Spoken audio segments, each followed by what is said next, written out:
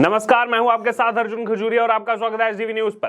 जैसा कि सब जानते हैं, आज के दिन ऐतिहासिक फैसला आया है। सुप्रीम कोर्ट की तरफ से अनुच्छेद 370 को हटाने का फैसला सही करार दिया गया है। यहाँ पर सुप्रीम कोर्ट की 5 जजों की बेंच की तरफ से। और इसी बीच आपको बता दें, यहाँ पर प्रधानमंत्री नरेंद्र मोदी और गृह मंत्री अमित शाह की प्रतिक्रिया भी सामने आ रही है। जैसा कि आज अगर बात की तो यहाँ पर अनुच्छेद 370 जो कि 5 अगस्त 2019 को हटाया गया था, और कहीं ना कहीं बीजेपी लगातार अपने वचन पत्र में, संकल्प पत्र में ये जिक्र करती आई थी, जब हम सत्ता में आएंगे अनुच्छेद 370 को हटाएंगे। और वही जो है यहाँ पर करके दिखाया, जब 2019 के बाद यहाँ पर सत्ता में वापस लौटी थी बीजेपी की सरकार। और कहीं ना कहीं मोदी सरकार की बड़ी जीत आज कोर्ट में हुई है। और यहाँ पर जो ये फैसला दिया गया कि टेम्पररी था, आर्टिकल 370 टेम्पररी प्रोविजंस थे, इसको जो हटाया गया एकदम जो है यहाँ पर वैलिड तरीके से इसको हटाया गया। कुछ भी यहाँ पर गैर कानूनी तरीके से इसमें काम नहीं हुआ। सब कानूनी जो है यहाँ पर तरीके से ही अनुच्छेद 370 को हटाने का काम केंद्र सरकार की तरफ से किया गया। इसी बीच आपको बता दें, यहाँ पर प्रतिक्रिया बताएंगे प्रधानमंत्री नरेंद्र मोदी और गृह मंत्री अमित शाह की। लेकिन उससे पहले आपको ये भी बता दें कि ये कहा गया है कि जम्मू कश्मीर में चुनाव जो है वो 30 सितंबर 2024 से पहले करवाए जाएं और जल्द से जल्द जो है वो स्टेटहुड का दर्जा देने की तरफ आगे बढ़े यहाँ पर सरकार। बहरहाल अब यहाँ पर अगर बात की जाए तो सबसे पहले आपको बता दें, प्रधानमंत्री नरेंद्र मोदी जो है उन्होंने अपनी यहाँ पर एक्स जो सोशल मीडिया प्लेटफॉर्म है वहाँ पर पोस्ट किया है।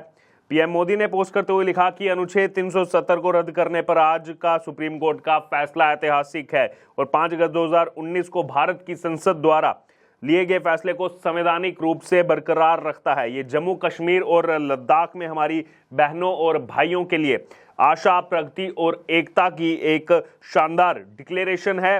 कोर्ट ने अपने गहन ज्ञान से एकता के मूल सार को मजबूत किया है, जिसे हम भारतीय होने के नाते बाकी सबसे ऊपर प्रिय मानते हैं। और क्योंकि आपको बता दें, पहले ही यहाँ पर कपिल सिब्बल हार मान चुके थे, वो जानते थे कि फैसला उनके हक में नहीं आएगा। इसके अलावा अगर बात की जाए, यहाँ पर यह भी उन्होंने कहा पीएम मोदी ने कि जम्मू कश्मीर और लद्दाख के विकास के लिए सरकार प्रतिबद्ध है। दरअसल अपनी बात को आगे बढ़ाते हुए यहाँ पर प्रधानमंत्री नरेंद्र मोदी लिखते हैं कि मैं जम्मू कश्मीर और लद्दाख के लोगों को ये आश्वस्त करना चाहता हूं कि आपके सपनों को पूरा करने के लिए हमारी प्रतिबद्धता अटूट है। हम ये सुनिश्चित करने के लिए प्रतिबद्ध हैं कि प्रोग्रेस का लाभ ना केवल आप तक पहुंचे, बल्कि इसका लाभ हमारे समाज के सबसे कमजोर और हाशिए पर रहने वाले लोगों तक भी पहुंचे, जो आर्टिकल 370 के कारण परेशान थे।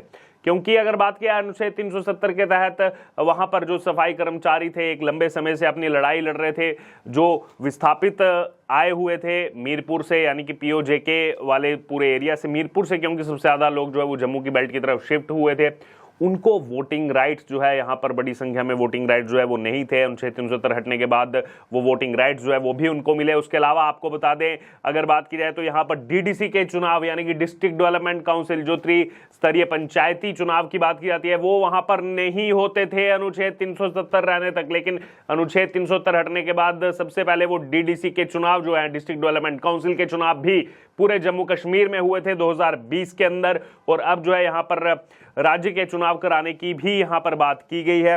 बहरहाल इसी बीच यहाँ पर पीएम मोदी की प्रतिक्रिया, इस पर आपकी जो भी राय हो आप जरूर हमें बताइएगा। लेकिन अब आपको यहाँ पर आगे बताते हैं देश के गृह मंत्री अमित शाह जो इसको लेकर के कह रहे हैं। क्योंकि कहीं ना कहीं जहां एक तरफ इसमें केंद्र सरकार का नेतृत्व करने वाले प्रधानमंत्री नरेंद्र मोदी की प्रतिबद्धता थी अनुच्छेद 370 को लेकर के, तो वहीं दूसरी तरफ अगर बात करें तो देश के गृह मंत्री अमित शाह, उन्होंने भी एक अहम भूमिका निभाई है अनुच्छेद 370 को हटाने के लिए। देश के गृह मंत्री उस समय वो थे और कहीं ना कहीं हर चीज पर जो है उनकी मॉनिटरिंग थी। उससे पहले जम्मू कश्मीर का दौरा कर चुके थे और कहीं ना कहीं तैयारियां जो है वो पूरी इस अनुच्छेद 370 को हटाने के लिए अमित शाह जो है उस पर लगातार नजर बनाए हुए थे। अब अमित शाह की जो प्रतिक्रिया है वो भी यहाँ पर सामने आ रही है।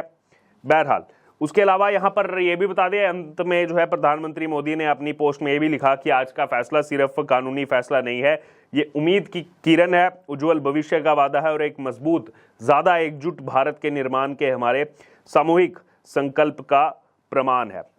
अब आपको बताते हैं यहाँ पर देश के गृह मंत्री अमित शाह क्या कह रहे हैं। केंद्रीय गृह मंत्री अमित शाह ने एक्स पर यह पोस्ट किया है कि अनुच्छेद 370 हटने के बाद गरीबों और वंचितों के अधिकार बहाल हो गए हैं। अलगाववाद और पत्थरबाजी अब अतीत की बातें हो गई हैं। पूरा क्षेत्र अब मधुर संगीत और सांस्कृतिक पैटर्न से गूंजता है। एकता के बंधन मजबूत हुए हैं और भारत के साथ अखंडता मजबूत हुई है। एक बार फिर जम्मू कश्मीर और लद्दाख के जो हमेशा भारत देश का था और आगे भी रहेगा। तो कहीं ना कहीं अगर बात की ये देश के गृह मंत्री अमित शाह की जो है यहाँ पर प्रतिक्रिया सामने आई है। दरअसल आर्टिकल 370 पर अपना फैसला सुनाते हुए सुप्रीम कोर्ट ने कहा कि अगले साल 30 सितंबर तक विधानसभा चुनाव कराने के लिए कदम उठाएं। सुप्रीम कोर्ट ने कहा कि संविधान का आर्टिकल 370 एक अस्थायी प्रावधान था, राष्ट्रपति के पास इसे रद्द करने की पावर है। इसके अलावा सुप्रीम कोर्ट ने अगस्त 2019 में जम्मू कश्मीर से केंद्र शासित प्रदेश लद्दाख को अलग करने की जो फैसला किया था उसकी वैधता को भी बरकरार यहाँ पर रखा है। तो आप समझ सकते हैं यहाँ पर लगातार प्रतिक्रियाओं का जो है वो दौर चल रहा है। इसी बीच जम्मू कश्मीर से ऐसे भी विजुअल सामने आ रहे हैं जहां पर जम्मू कश्मीर में लोग डोल नगाड़े बजा करके, नाच गा करके और हाथों में तिरंगा लिए आज के इस फैसले का जश्न मनाते हुए नजर आ रहे हैं। ये 5 अगस्त 2019 को भी देखने को मिला था। अब भी जो है ये तस्वीरें जम्मू कश्मीर से इस समय सीधे एक्सक्लूसिव देखने को मिल रही है, जहां पर लोग जो है वो सुप्रीम कोर्ट के इस फैसले पर जश्न मनाते हुए आपको नजर आएंगे।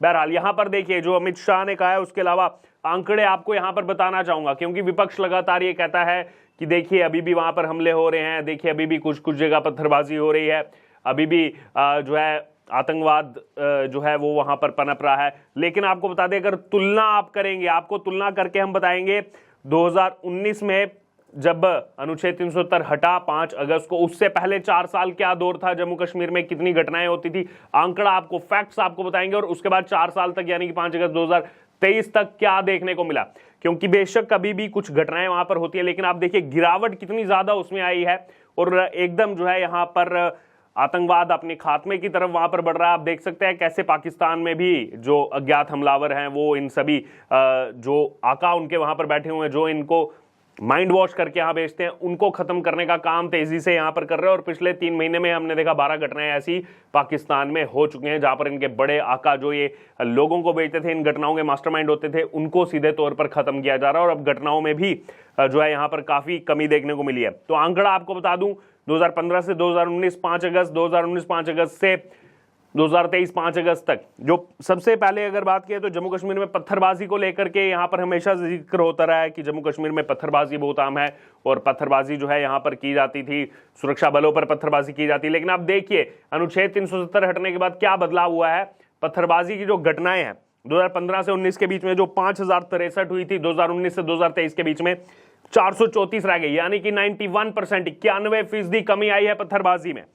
तो ये कहीं ना कहीं ये दर्शाता है, ठीक है 100% नहीं हुआ, लेकिन धीरे धीरे आगे बढ़ रहे हैं। जो पिछले 70 सालों से जम्मू कश्मीर में चल रहा था, पिछले खासतौर पर अगर बात की तो 3 दशकों से हम देख रहे हैं, जब से कश्मीरी पंडितों का नरसंहार हुआ, उसके बाद कैसे वहां पर अलगाववाद, आतंकवाद और ये तमाम चीजें वहां पर पनपी और उनको कहीं ना कहीं वहां की लोकल सरकार ने जो है वो आश्रय दिया हुआ था।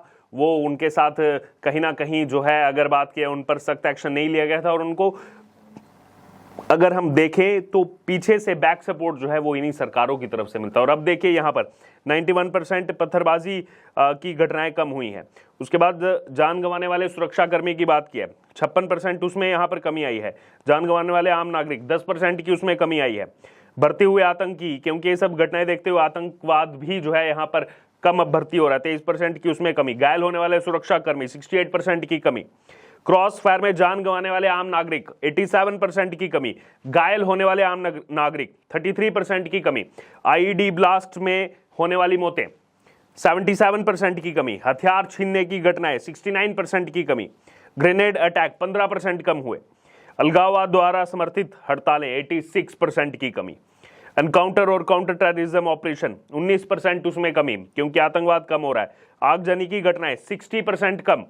किडनैपिंग की घटनाएं 68% कम। तो ये दर्शाता है क्या बदलाव हुआ है अनुच्छेद 370 हटने के बाद। बहरहाल पीएम मोदी की प्रतिक्रिया पर देश के गृह मंत्री अमित शाह की प्रतिक्रिया, रिएक्शन जो यहाँ पर सामने आया अनुच्छेद 370 का जो फैसला है सुप्रीम कोर्ट की तरफ से, वो हमने आपको बताया। उसके बाद हमने आपको आंकड़े बताए क्या क्या बदलाव हुआ। आपके अब इस पूरी खबर पर जो भी राय हो, जो प्रतिक्रिया, आप जरूर हमारे साथ कमेंट बॉक्स में शेयर करो। इससे जुड़े तमाम अपडेट के लिए बने रहे एसडीवी न्यूज के साथ।